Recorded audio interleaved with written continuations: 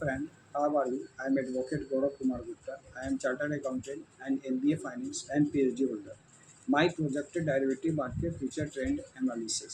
आज जो हम टॉपिक डिस्कस कर रहे हैं सिविल प्रोसीजर कोड 1908 के बारे में जिक्र कर रहे हैं। इसमें 51 ऑर्डर है। 51 ऑर्डर के बारे में एक एक पॉइंट्स को बता रहे हैं। Relation between section and order in CPC। Order 1 में पार्टी सूट। ऑर्डर 1 में हम पार्टीज़ के ऊपर सूट करते हैं। इसमें सेक्शन जो रिलेटेड होता है सेक्शन 26, 79 और 90 रिलेटेड होता है। Order 2 frame of suit. Suit को फ्रेम करते हैं ऑर्डर 2 में। यह सेक्शन 26 से डायरेक्ट रिलेटेड होता है। Order 3 recognise agent and pleader. Recognise agent and pleader section 2 का 15 और 119 सेक्शन इससे रिलेटेड होता है। ऑर्डर 4 में आइए। ऑर्डर 4 में इंस्टीट्यूशन ऑफ सूट। सूट जो हम इंस्टीट्यूट करते हैं सेक्शन 26 इससे डायरेक्ट रिलेटेड होता है। ऑर्डर 4 में इंस्टीट्यूशन ऑफ सूट को इंस्टीट्यूट किया जाता है। ऑर्डर 5 में इशू एंड सर्विस ऑफ समन। समन को जारी करना या उसे इशू करना या सर्विस देना यह ऑर्डर 5 में किया जाता है। सेक्शन 27 से लेकर सेक्शन 32 ये समन और सर्विस इशू ऑफ सर्विस समन के बारे में जिक्र करता है। ऑर्डर 6 में प्लीडिंग जनरली। प्लीडिंग सेक्शन 26 से 27 रिलेटेड है। ये ऑर्डर 6 में दिया जाता है। ऑर्डर 7 में प्लेंट। प्लेंट जो होता है वो ऑर्डर 7 में लिखा जाता है जो सेक्शन 26 और 23 से डायरेक्ट रिलेटेड है। ऑर्डर 8 में रिटन स्टेटमेंट। रिटर्न स्टेटमेंट कौन देता है? डिफेंडेंट। डिफेंडेंट को 30 दिन के अंदर अपना रिटर्न स्टेटमेंट जब प्लेंट फाइल करता है तो समन हो डिफेंडेंट को समन मिलने के बाद उसे 30 दिन के अंदर रिटर्न स्टेटमेंट दे देना। कोर्ट में अपना WS फाइल कर देना। प्लेंटिव जब प्लेंट फाइल कर देता है उसका जब डिफेंडेंट रिसीव कर लेता है तो उस डेट से लेकर 30 दिन के अंदर डिफेंडेंट को 30 दिन के अंदर अपना WS फाइल करना पड़ता है। यदि WS नहीं फाइल कर रहा है उतने दिन के अंदर तो उसे 90 दिन कोर्ट के अनुसार 90 दिन और दिया जाता है। तो 60 दिन प्लस 30 90 दिन। 30 दिन जो आपका समन है वो यदि आपके एक्सपायर कर दिया तो आपको 60 दिन और मिलेगा। उसके अंतर्गत आपको यह केस फाइल करना पड़ता है। टोटल मिला के 120 डेज आपको दिया जा सकता है। Set of and counter claim section 26 और 33। Order 9 appearance of parties and consequence of non appearance. अगर कोई पार्टी अपीयरेंस है या नॉन अपीयरेंस है तो सेक्शन 27, 32 इससे रिलेटेड है। ऑर्डर 9 यह हमें बताता है। ऑर्डर 10 हमें बताता है एग्जामिनेशन ऑफ पार्टी के का जो एग्जामिनेशन होता है वो ऑर्डर 10 में होता है।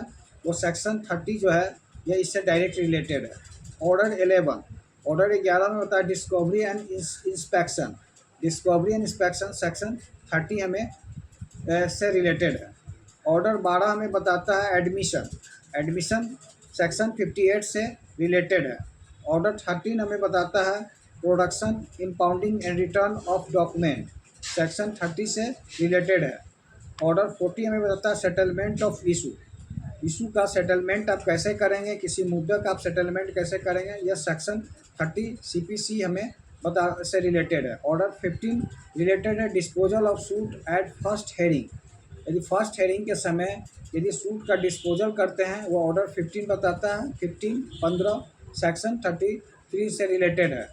ऑर्डर 60 हमें बताता है summing and attendance of witness. गवाह का अटेंडेंस और समिंग करना सेक्शन 27 से 32 हमें जिक्र करता है। Order 17 adjournment section. एडजॉर्नमेंट को बताता है ऑर्डर 70 स्थगित करना एडजॉर्नमेंट करना सेक्शन 35B इससे रिलेटेड है। Order 80 hearing of the suit and examination of witness. यानी सूट की सुनवाई हेयरिंग करना सुनना और विटनेस का एग्जामिन करना। या ऑर्डर 18 में हम किसी भी गवाह का एग्जामिनेशन करते हैं और सूट का जो हेयरिंग करते हैं। एग्जामिनेशन विटनेस का एग्जामिनेशन करते हैं। एग्जामिनेशन में तो 3 प्रकार का होता है। एग्जामिनेशन इन चीफ होता है, क्रॉस एग्जामिनेशन होता है और एडवर्स एग्जामिनेशन होता है। तो उसके बारे में भी जिक्र करेंगे। उसके बाद ऑर्डर 19 में आपके एफिडेविट, यदि सेक्शन 139 और 145 जो है इससे रिलेटेड होता है एफिडेविट से। ऑर्डर 20 में होता है जजमेंट एंड डिक्री। ऑर्डर 20 में हम जजमेंट और डिक्री के बारे में जिक्र करते हैं। यह सेक्शन 33 और 34 से डायरेक्ट लिंक करता है। Order 21 execution of decree and order और डिक्री का निष्पादन करना। ऑर्डर 21 में हमें बताता है, यह सेक्शन 36 और 74 से रिलेटेड है। ऑर्डर 22 में आइए। ऑर्डर 22 में death, marriage, insolvency parties section 50 से 52 तो रिलेटेड है। ऑर्डर 23 में withdrawal and adjustment of suit. Withdrawal adjustment of suit का एडजस्टमेंट करना या विड्रॉल करना, वापस लेना, सेक्शन 107 से 151 रिलेटेड है। Order 24 payment into court. Court में जो पेमेंट होता है वो सेक्शन 107, 151 इससे रिलेटेड है। ऑर्डर 24 हमें ये बताता है। ऑर्डर 25 हमें रिलेटेड है। ऑर्डर 25 में बताता है security for cost, section 35A इससे रिलेटेड है। ऑर्डर 26 कमीशन से रिलेटेड है, यह सेक्शन 75, 78 से भी यह रिलेटेड है। अब आइए order 27 suit by and against the government और public officer. Suit by against the government, suit जो होगा किसी गवर्नमेंट या पब्लिक ऑफिसर के अगेंस्ट द्वारा जो सूट होता है वो सेक्शन 79 और 88 से रिलेटेड है। सूट बाय और अगेंस्ट द गवर्नमेंट के अगेंस्ट या पब्लिक ऑफिसर के अगेंस्ट जो वो मुकदमा होता है वो ऑर्डर 27 में डील किया जाता है। इसमें सेक्शन 79 से लेके 82 इससे रिलेटेड है। ऑर्डर 28 में आइए। सूट बाय और against minor and person of unsound mind. यदि कोई माइनर है, कोई नाबालिग है या कोई अनसाउंड माइंड या कोई पागल व्यक्ति है या कोई इंटॉक्सिएशन है, जो माने उसका माइंड काम नहीं कर रहा है, वो पिया हुआ है, तो इस सिचुएशन में सूट ऑर्डर 28 हमें यह बताता है। यह सेक्शन 95 से रिलेटेड है। ऑर्डर 29 सूट बाय और अगेंस्ट कॉरपोरेशन। यदि कॉरपोरेशन के अगेंस्ट यदि कोई सूट दायर होता है तो वो ऑर्डर 29 में कॉरपोरेशन में आ गया। Company, association of person, body of individuals, ये सभी कॉरपोरेशन का पार्ट हो गया।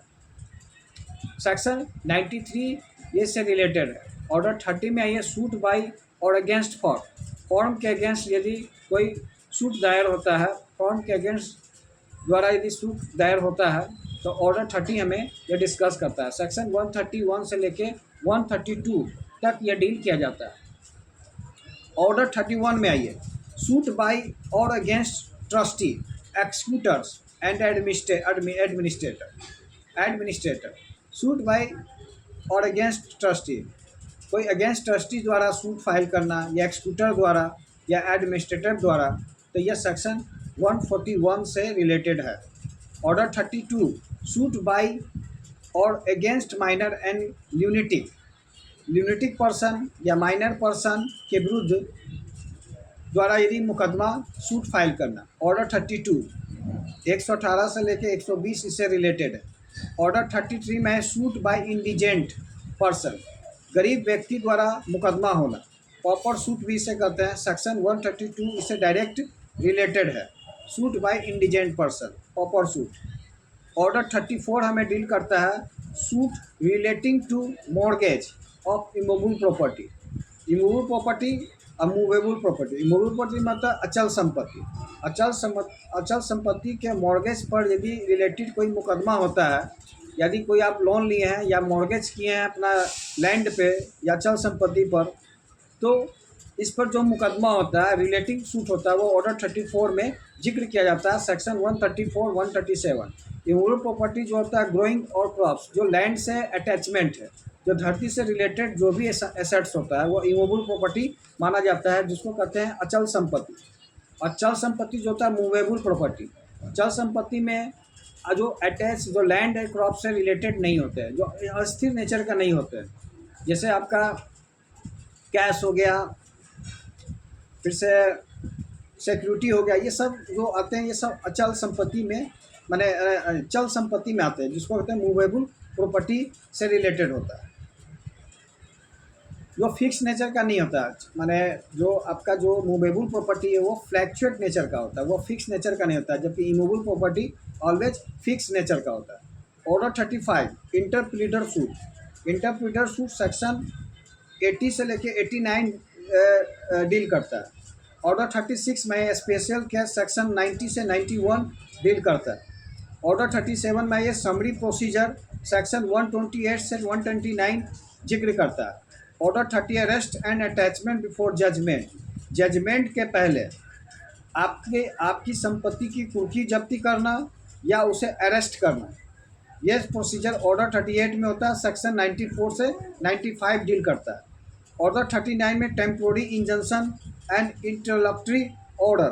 टेम्पोररी इंजंक्शन करना, आप किसी भी एसेट्स पे मूवेबल प्रॉपर्टी या इमूवेबल प्रॉपर्टी पर आप टेम्पोररी इंजंक्शन करवा सकते हैं, जिसको इंटरलॉक्टरी ऑर्डर भी कहते हैं। सेक्शन 94 से 95 हमें डील करता है। ऑर्डर 40 हमें बताता है अपॉइंटमेंट ऑफ रिसीवर। आप रिसीवर का अपॉइंटमेंट किस लिए करते हैं?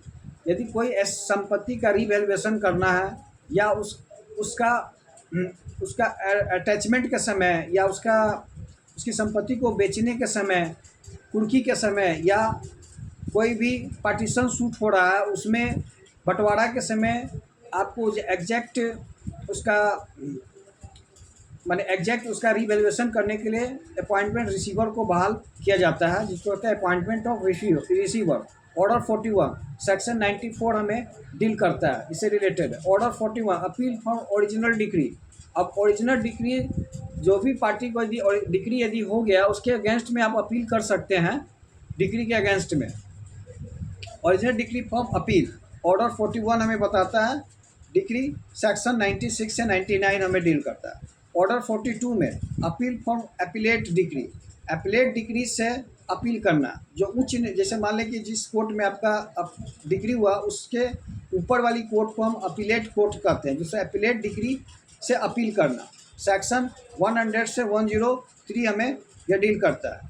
सेक्शन 100 हमें सेकेंड अपील के बारे में जिक्र करता है, जिसमें हाई कोर्ट में हम सेकेंड अपील फाइल करते हैं। सेकेंड अपील जो मेरा लाई होता है तो वो हमें हाई कोर्ट में लाई किया जाता है, जिसको सेक्शन 100 हमें डील करता है। 103 order 43 appeal from order. Appeal from order माने अपील का जो आदेश होगा वो ऑर्डर 43 में होगा। सेक्शन 104 से 106 हमें यह रिलेटेड करता है।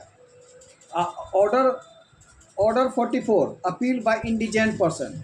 गरीब व्यक्ति द्वारा जो अपील होता है वो सेक्शन 132 में ये रिलेटेड है। Order 45 appeal to the supreme court. यदि सुप्रीम कोर्ट में यदि अपील फाइल करते हैं तो सेक्शन 109 हमें डायरेक्ट इससे रिलेटेड है। ऑर्डर 46 हमें बताता है रिफरेंस, सेक्शन 113 से लेके 114 तक। ऑर्डर 47 में रिव्यू के लिए आप रिव्यू कर सकते हैं, सेक्शन 114 से 150 इससे रिलेटेड है। ऑर्डर 48 में मिसलेनियस सेक्शन में 151 से 152 रिलेटेड है। ऑर्डर 49 में ये चार्टर्ड हाई कोर्ट सेक्शन 122 से 126 इससे रिलेटेड है। ऑर्डर 14 में आइए, ऑर्डर 49 में चार्टर हो गया। ऑर्डर 15 ऑर्डर 50 में आइए प्रोविंशियल स्मॉल कॉज कोर्ट, वो 151 सेक्शन से 152 तक डील करता है। Order 51 last, order 51 repeal of rules section 158 हमें डिस्कस करता है। रिपील ऑफ रूल्स, उसके बाद who may be join as a plaintiff. Structure of order 1 rule 1 who may be join as a plaintiff. Multiple plaintiff can be join in suit. Order 1 में उसका rule हमें rule 1 बताता है who may be join as plaintiff. Plaintiff को join कौन कर सकता है? Multiple plaintiff can be join in one suit. Their claim is based on the same act and transaction. If 10 workers of the company are wrongfully dismissed under the same order, they can jointly file a suit against the employer. Order 1 में parties to suit relate section 26, 79 से 90 of CPC. Introduction part में ये Order 1 of the Civil Procedure Code 1908 deals with the parties suit who can be included in lawsuit as plaintiff, petitioner and defendant, respondent. Plaintiff को कहते हैं petitioner जो case दायर किया है, डिफेंडेंट रिस्पोंडेंट जिसके अगेंस्ट में मुकदमा आप किए हैं. इट एल्सो एक्सप्लेन जिसको कहते हैं प्लेंटिफ वादी, डिफेंडेंट प्रतिवादी. It also explain to joinder misjoinder and joinder of parties representative suits and adding the removal parties. Rule 2 हमें बताता है ऑर्डर 1 का रूल 2 हमें बताया right of plaintiff to sue individually. इसमें तो मल्टीपल प्लेंटिफ थे द्वारा जो केस फाइल हुआ वो ऑर्डर 1 का रूल 1 हमें बताता है. अब इसमें आता है ऑर्डर 1 का रूल 2 हमें बताता है right of plaintiff to sue individually रूप से प्लेंटिफ का अधिकार है. Even in multiple people have to right to sue together. इसमें मल्टीपल पीपुल एक साथ केस को फाइल कर सकते हैं. They can choose the file separate suit. वो सेपरेट सूट को चूज कर सकते हैं. मान लें if two shopkeepers sue a mall for wrongful evasion, they may file separate suit instead of joining in one. इसमें एक ही ज्वाइन होगा और इसमें टोटल शॉपकीपर के ऊपर मुकदमा चलेगा, रॉन्ग इविजन का मुकदमा चलेगा. Rule 3 who may be join as defendant. Rule 3 में बताता है ऑर्डर 1 का रूल 3 में बताता है who may be join and defendant. Defendant को कौन ज्वाइन कर सकता है? Multiple defendant can be join in a single suit. एक सिंगल सूट में बहुत सारे डिफेंडेंट प्रतिवादी ज्वाइन कर सकते हैं. The case is based on the same act और ट्रांजेक्शन. केस जो होना चाहिए वो सेम एक्ट का होना चाहिए और सेम ट्रांजेक्शन का होना चाहिए. There is a common question of law या फैक्ट. यदि if a landlord evict multiple tenant using the same illegal order, they can sue him together. Can sue is him together. अब rule 4 में है court power to order separate trial. Order 1 का rule 4 बताता है court power to order separate trial if joining the multiple plaintiff और defendant confuse the case. The court may order separate trial. If two people jointly sue a company but their claims are very different, the court may separate their cases.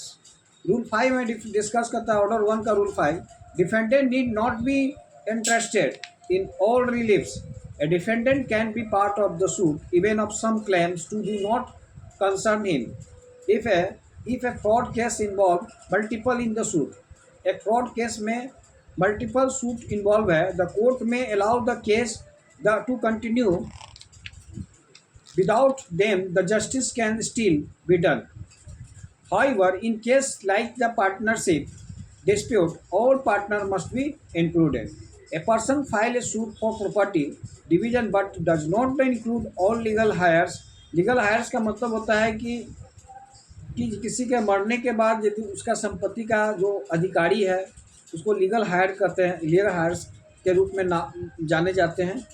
This is not joinder and court में dismiss the suit. Rule 7 misjoinder of the party. If a case rule 7 order 1 का rule 7 हमें था misjoinder of party. If a case has wrongly joined plaintiff defendant, the court may remove unnecessary party without dismissing the whole suits. If A and B file a case against C, A ने B के ऊपर एक case file किया C के against, but B has no legal right to sue. B को legal right नहीं था मुकदमा करने का. The court can remove B and allow as case to continue. A को केस कंटिन्यू करने के लिए अलाउ कर सकती है न्यायालय. B and allow as case to continue. Rule 8 representative suit. Rule 8 बताता है ऑर्डर 1 का रूल 8 होता है representative suit. Class action suit जिसको कहते हैं class action suit. If a many people have the same interest in cases, one या more people can sue on behalf of the everyone. Such a suit is called representative suit. A group of villagers affected by pollution can collectively sue for factory through one to the representatives. A housing the society can authorize is the secretary to file a case against illegal construction. DDA versus Joginder वर्सन मोंगा 2004 का मुकदमा है जिसमें the supreme court ruled that the housing society member can file a representative suit against the builder. Order 1 rule का 9 हमें बताता है when suit can not be dismiss for misjoinder और non joinder. A suit will not be dismiss just because a party was wrongfully added, a necessary party was misjoinder not added non-joinder. However, necessary parties must be included in certain cases like the property dispute and partnership. The Code of Civil Procedure 1908, Act number 5 of 1908, and Act to consolidated amend the law relating to procedure of the Court of Civil Judicators. Short title, Commencement and Extent, Section 1. This Act may be cited as the Code of Civil Procedure 1908. It shall come into force 1st January 1909. Section 2, Definitions, Court, Decree holder, district, foreign court, foreign judgment, government pleader, and Satyacharan versus Devarajan related to principle of res judicata. Section 18 CPC हमें बताता है where the local limit of jurisdictions a court are uncertain the place of institution of suit shall be decided according to section 80 of CPC।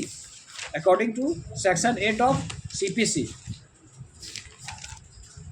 अब आइए classification of CPC में first part में एक 158 सेक्शन है, सेकेंड पार्ट में first schedule 51 orders है, 158 सेक्शन है CPC में, 11 पार्ट्स में डिवाइड है और 51 ऑर्डर्स है। अपील बाय इंडिजेंट पर्सन, यदि इंडिजेंट पर्सन माने निर्धन व्यक्ति द्वारा यदि हम अपील करते हैं वो ऑर्डर 44 में अपील किया जाता है। ऑर्डर 44 रूल 1 में निर्धन व्यक्ति के रूप में कौन अपील कर सकता है, who may appeal as a indigent person. Order 44 rule 2, grant of time for payment of court fee, grant of time for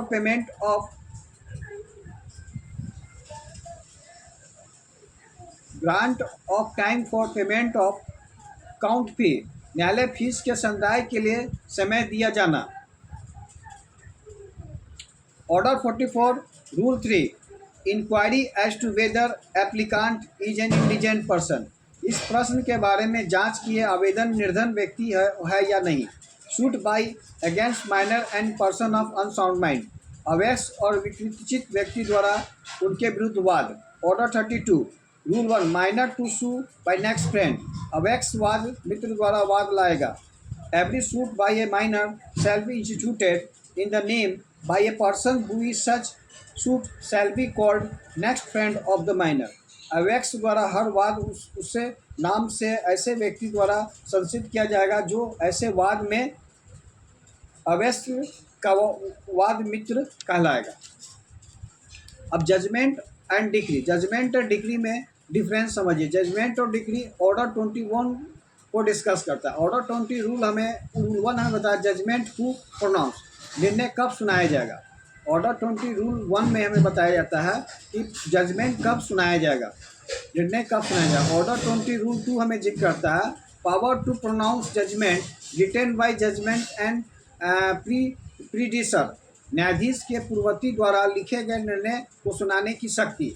order 20 rule 3 हमें बताता है judgment to be sign, judgment पर हस्ताक्षर किया जाता है, निर्णय पर हस्ताक्षरित किया जाएगा। यह ऑर्डर 20 रूल 3 हमें जिक्र करता है। ऑर्डर 20 रूल 4 हमें बताता है judgment of a small cause court, लघुवाद न्यायालय के लिए निर्णय। स्मॉल कॉज कोर्ट के लिए न्यायालय निर्णय देती है, जजमेंट देती है। ऑर्डर 20 रूल 5 में court to state its decision on each issue, न्यायालय हर एक विवादक पर अपने विनिश्चय का कथन करेगा। ऑर्डर 20 रूल 5A हमें बताता है court to inform parties as to where an appeal lie in case where the parties are not represented by pleaders, जिन मामले में पक्षकार का प्रतिनिधित्व प्लीडर द्वारा न किया गया हो उनमें न्यायालय द्वारा पक्षकार को इस बात की इतला दिया जाना कि अपील कहीं की जा सकेगी। ऑर्डर 20 रूल 6 में बताता है कंटेंट ऑफ डिक्री, डिक्री के अंतर वस्तु। ऑर्डर 20 रूल 6A में बताता है प्रिपरेशन ऑफ डिक्री की तैयारी आप कैसे करेंगे, वो ऑर्डर 20 रूल 6A हमें बताता है। ऑर्डर 20 रूल 6B हमें बताता है copy of judgment when to be made available, निर्णय की प्रतिलिपि कब उपलब्ध कराई जाएगी। ऑर्डर 20 रूल 7 हमें बताया डेट ऑफ डिक्री की तारीख क्या होगी। ऑर्डर 20 रूल 8 हमें बताया प्रोसीजर वेयर जज has vacate office before sign decree, जहाँ न्यायाधीश ने डिक्री पर हस्ताक्षर करने के पूर्व अपना पद रिक्त कर दिया है, वहाँ की प्रक्रिया। ऑर्डर 20 रूल 9 हमें बताता है decree for recovery of immovable property, अस्थावर संपत्ति अचल संपत्ति के प्रत्यावर्तन पर डिक्री। ऑर्डर 20 रूल 10 हमें बताया decree for delivery of immovable property, जंगम संपत्ति के परिधान के लिए डिक्री। जंगम संपत्ति इमूवेबल प्रॉपर्टी जिसको कहते हैं अचल संपत्ति। ऑर्डर 20 रूल 11 में बताता है डिक्री में direct payment by instalment, decree किस्तों द्वारा संदाय के लिए निर्देश दे सकेगी। ऑर्डर 20 रूल 12 में बताया decree for possession and mesne profit, कब्जा और अंतकालीन लाभों के लिए डिक्री। ऑर्डर 20 रूल 13 में बताता है डिक्री इन एडमिनिस्ट्रेशन सूट, प्रशासन वाद में डिक्री, प्रशासनिक वाद में यदि कोई वाद होता है तो उसमें डिक्री कहाँ से मिलती है, ऑर्डर 20 रूल 13 में।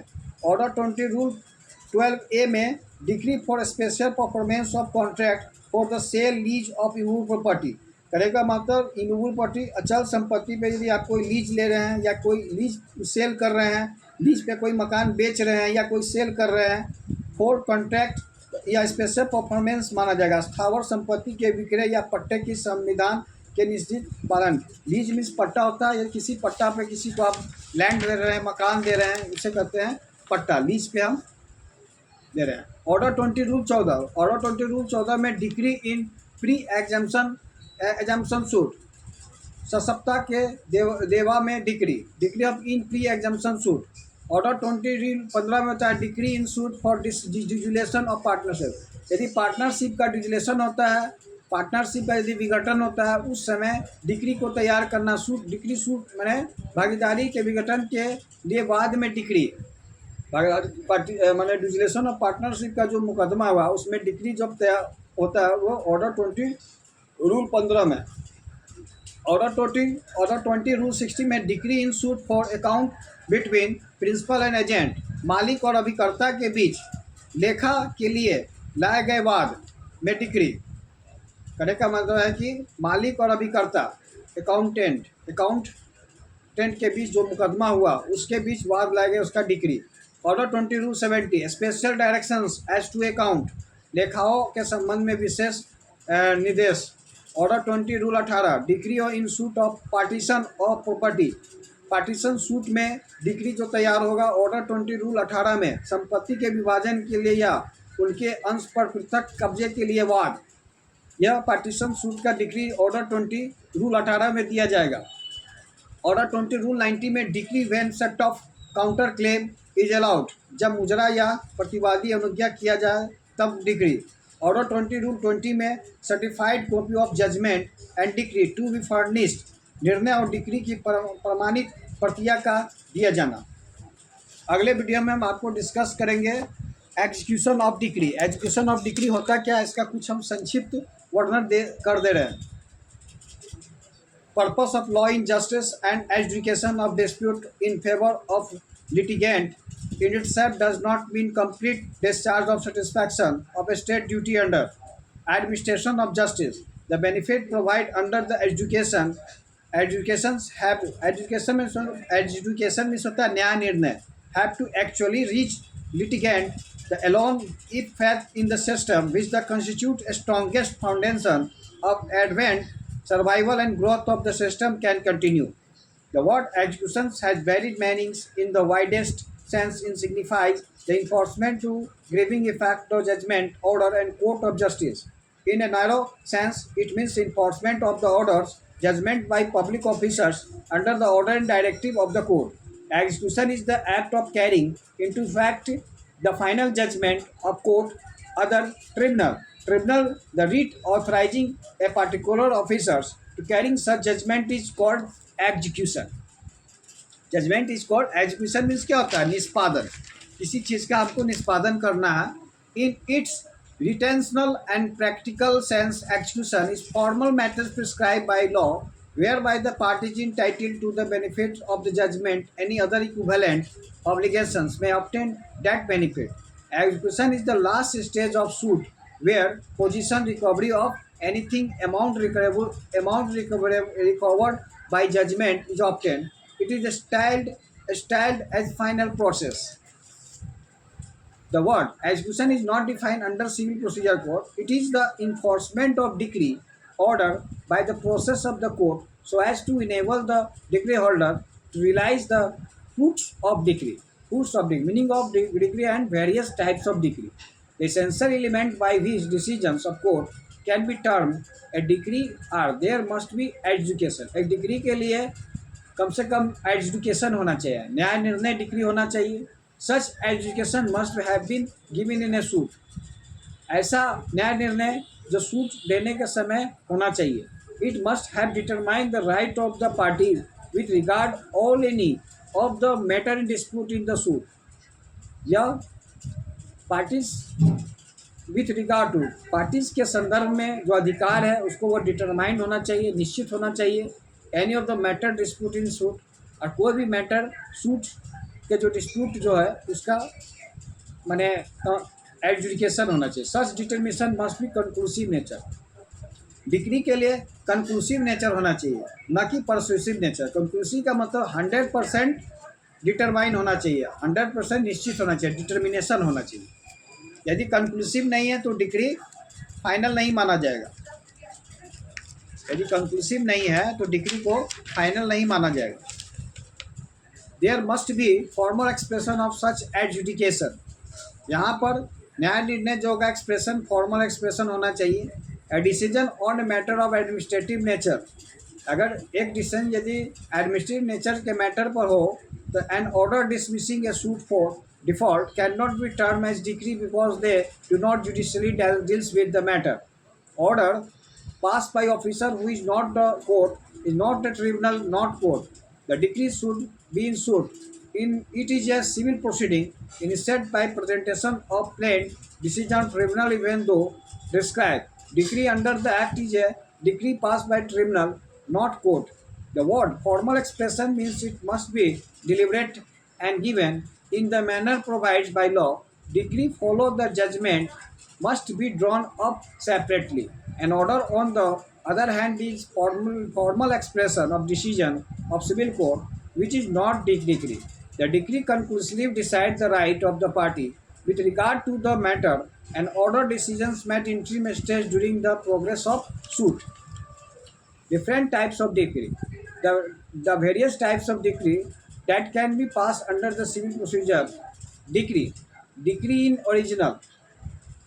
Not filing under any special class listed particular matter decree in original दूसरा preliminary decree when further proceeding have to been taken before the suit is disposed of preliminary decree is not executable it is only final preliminary decree executable नहीं है only final decree को ही आप निष्पादित कर सकते हैं final degree में आएगा which is can be executed final degree को आप एक्सक्यूटेड कर सकते हैं when adjudication completely dispose of आपका नया निर्णय कम्प्लीटली पूर्णतः डिस्पोज ऑफ होगा the suit partly preliminary and partly final degree a degree for possession mesne profit can be preliminary for mesne profit and final for possession mesne profit उसे कहते हैं जो adverse रूप से यदि आपका दाखिल कर लिया मैंने कोई पोजीशन आपको रॉन्गफुल कन्फाइन कर लिया रॉन्गफुल ढंग से डिटेन कर लिया और उससे वो प्रॉफिट कमा रहा है आपके ज़मीन को कब्जा करके वो प्रॉफिट कमा रहा है तो ये मेंशनी प्रॉफिट कहा जाता है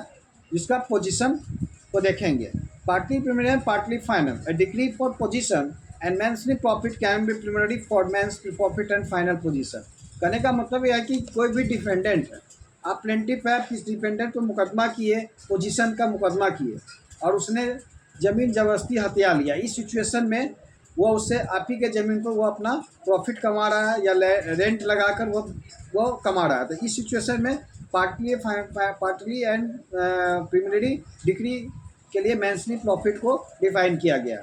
ऑर्डर रिजेक्टिंग ए प्लेंट यदि आपका रिजेक्ट होता है, it does not include order returning a plaint.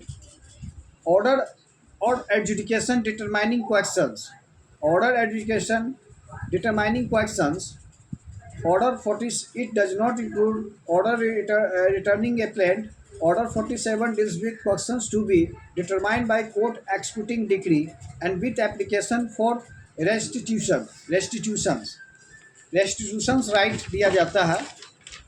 consent of decree consent decree only a consent decree can never be a contract। a consent decree कभी भी कॉन्ट्रैक्ट नहीं होता है। though it is required free consent of both the parties, it is the result of education and reasons such education is consent of party। ऐसा न्याय निर्णय जो party के सम्मति से हो, कंसेंट में हो। X party degree degree pass in absence of defendant. यदि प्रतिवादी यदि हम मुकदमा किए, प्लेंटिफ ने यदि कोई पार्टीशन सूट दायर किया और यदि डिफेंडेंट जिस पे मुकदमा हुआ यदि वो कोर्ट में अपियर नहीं होता है, तो इस सिचुएशन में एक्स पार्टी डिग्री होती है। Degree pass in absence of a defendant के अनुपस्थिति में डिग्री पास होना, जिसको कहते हैं ex party degree pass in appeal में जब आप डिग्री पास करेंगे, it is an appellate degree although an appeal parties continuous of litigation between the parties। Degree on compromise petition पर यदि आप डिग्री देते हैं, pass is petition file by both parties. Conditional degree with inbuilt condition from parts of the degree. Under the civil procedure code preliminary degree can be passed under the following provision. Order 20 rule 2 suit for possession of mesne profit. Order 20 rule 13 बताता है administration suit. Order 20 rule 14 बताता है suit for preemption. Order 20 rule 15 बताता है dissolution of partnership. Order 20 rule 60 बताता है suit for account between principal and agent. Order 20 rule 18 बताता है suit of partition for separate position. Order 20 rule 2 और 3 बताता है फॉर क्लोजर ऑफ मॉर्गेज यानी मॉर्गेज का फॉर क्लोजर करना।